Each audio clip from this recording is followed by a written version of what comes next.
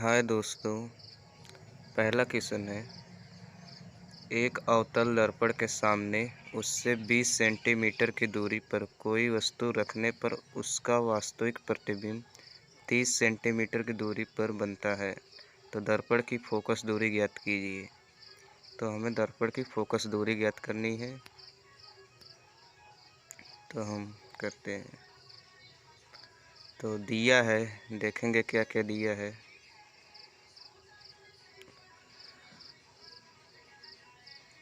दिया है वस्तु की दूरी 20 सेंटीमीटर। वस्तु की दूरी 20 सेंटीमीटर। यू मतलब वस्तु की दूरी। अब प्रतिबिंब की दूरी जिससे 20 प्रदर्शित करते हैं 30 सेंटीमीटर है, तो हमें फोकस दूरी ज्ञात करनी है। फोकस दूरी नहीं पता है तो ज्ञात करनी है एफ। तो हम इसके लिए दर्पण के सूत्र लगाएंगे आगे। दर्पण का सूत्र लगाने पर दर्पण का सूत्र होता है 1/F बराबर 1/V plus 1/U।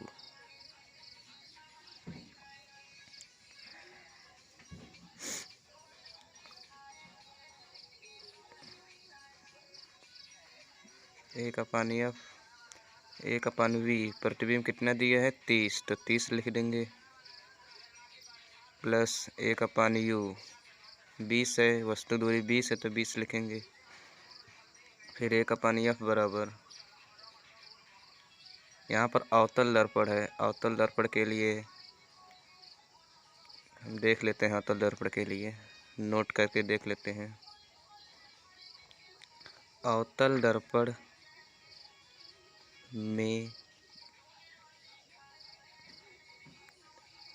F minus V minus तथा U माइनस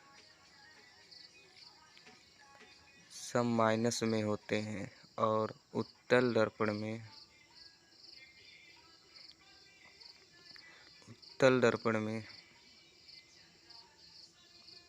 केवल माइनस U रहता है। अगर अवतल दर्पण आ गया तो उसमें सब माइनस रहता है, F V और U। और उत्तल दर्पण में केवल U वस्तु दूरी माइनस में रहता है। तो यहाँ पर अवतल दर्पण है तो हम तीनों में लगाएंगे।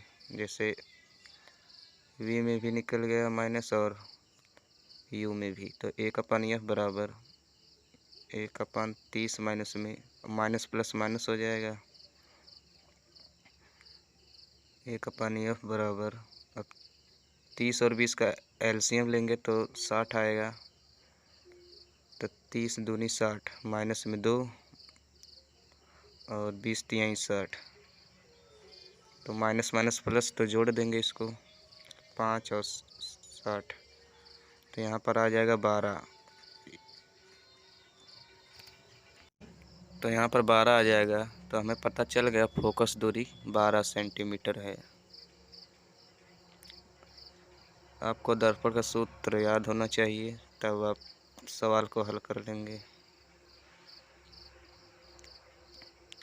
12 सेंटीमीटर फोकस। अब दूसरा सवाल देखते हैं। अवतल दर्पण के सामने 10 सेंटीमीटर दूर रखी वस्तु का वास्तविक प्रतिबिंब 30 सेंटीमीटर दूर बनता है, तो फोकस दूरी ज्ञात करनी है। तो इसी में भी फोकस दूरी ज्ञात करनी है, उसी तरह है।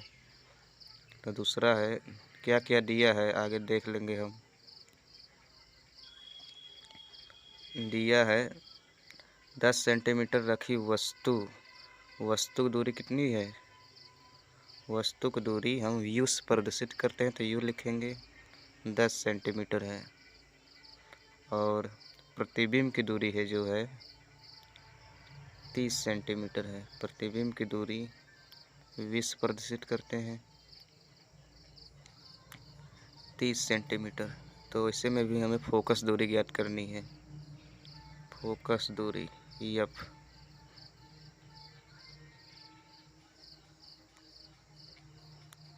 तो दर्पण का सूत्र आगे लगाएंगे। दर्पण का सूत्र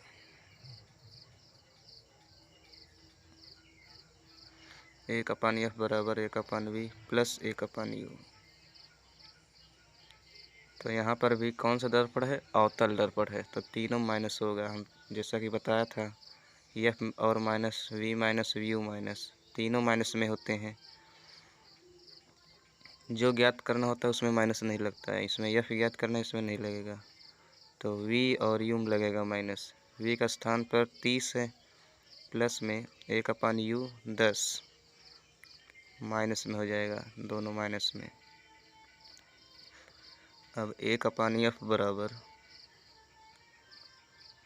30 और हाँ माइनस प्लस माइनस हो जाएगा, 10 आ जाएगा। एक अपान एफ बराबर 10 और 30 का एलसीएम जब लेंगे हम 30 ही आएगा। तो 30 का नम 30 हो जाएगा, 10 तियाँ 30, 3 दा आएगा, तो माइनस माइनस प्लस हो जाएगा, 3 एक 4 हो जाएगा, 4 अपान 30। और जब इसको हम भाग देंगे, जब हम इसको काटेंगे,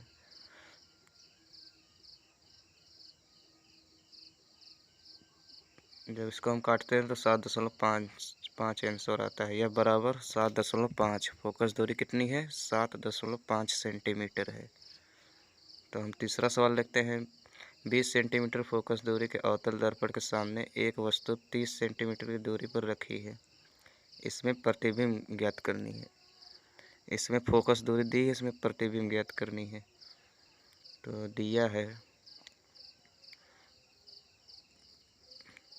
दिया है फोकस दूरी एफ बराबर 20 सेंटीमीटर और वस्तु दूरी, इसमें फोकस दूरी दी है और वस्तु दूरी u बराबर 30 सेंटीमीटर। तो हमें क्या ज्ञात करना है? प्रतिबिंब v ज्ञात करना है। तो दर्पण का सूत्र आगे लगाएंगे। दर्पण का सूत्र लगाने पर एक अपान एफ बराबर एक अपान वी प्लस एक अपान यू।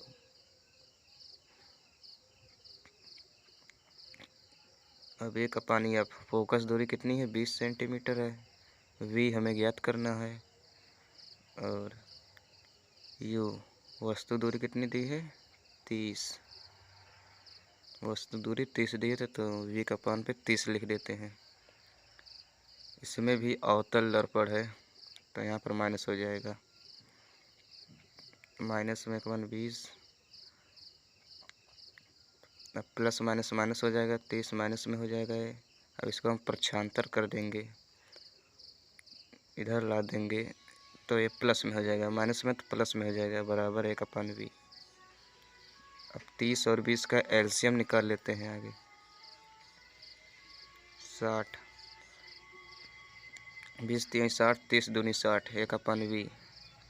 माइनस प्लस माइनस हो जाएगा, एक आ जाएगा यहाँ पर, और 60 एक अपान वी। तो वी प्रतिबिंब हमारा 60 हो जाएगा, 60 सेंटीमीटर। तो प्रतिबिंब 60 सेंटीमीटर है। तो आज के लिए इतना ही क्वेश्चन, और आगे क्वेश्चन हम बनाएंगे।